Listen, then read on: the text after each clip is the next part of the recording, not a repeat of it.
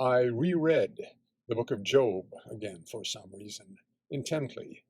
It never really interested me except for the first and last chapters, all that arguing and philosophizing, just going nowhere. The history of philosophy is the story of wrong ideas. But this time, there were parts where my heart quickened. Was it David who was a man after God's own heart? David does not speak to me. It was not a king like King Saul who afflicted Job. It was Satan, and it was God. Seems like a bigger deal than Ahab going after Elijah. Maybe there was some drama in the heavenlies of which we are not informed, where David too is handed over to Satan, like Peter was, like Judas, like Job. Well, we know God plays favorites. For all that Job was eventually blessed, David was chosen. The book is not easy to follow, all that arguing and poetry. It would have been written long after the events with much license, inspired, but constructed the way art can be. Job's friends, his comforters, are bores and boring. Job, the man, is riveting. What is man that you should magnify him? Set your heart on him, visit him every morning, and test him every moment. How long will you not look away from me and let me alone till I swallow my saliva? Have I sinned? What have I done to you, O watcher of men? Why have you set me as your target so that I am a burden to myself? Why then do you not pardon my transgression and take away my iniquity?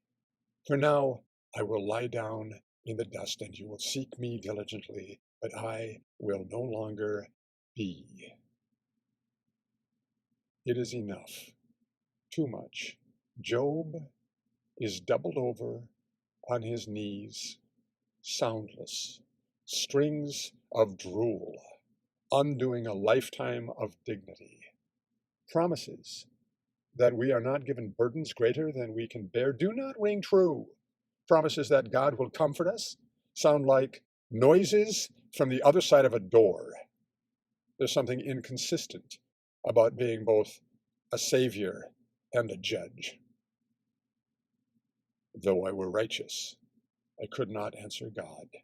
If I called and he answered me, I would not believe that he was listening to my voice, for he crushes me with a tempest and multiplies my wounds without cause.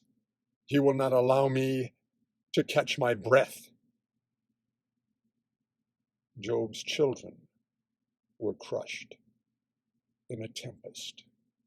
Job's body was infected with wounds. Of course, he cannot breathe. There's righteous and there's righteous. We try, and that has to be enough. That's the deal. We try and fail and get forgiven. Then, through the law. Now, through the cross.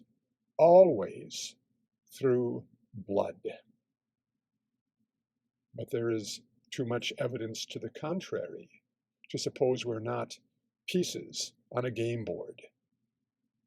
God may at any time choose to turn our lives into object lessons. God destroys the blameless and the wicked. If the scourge slays, suddenly God laughs at the plight of the innocent. The earth is given into the hands of the wicked. God covers the face of its righteous judges. If it is not God, who else could it be? We were told right up front that for some untold reason, God gave permission to Satan to torment Job. If it's not God's doing, whose? It must be that suffering doesn't really matter. Sure feels like hell, though, don't it? We're also given the answer pretty clearly. God is not a man, as I am, that I may answer him and go to court together. Nor is there any mediator between us who may lay his hand on us both. Mediator, reconciler, counselor. God, without Jesus, might as well be Satan.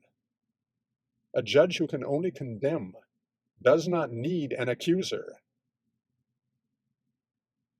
If it is not God, who else could it be?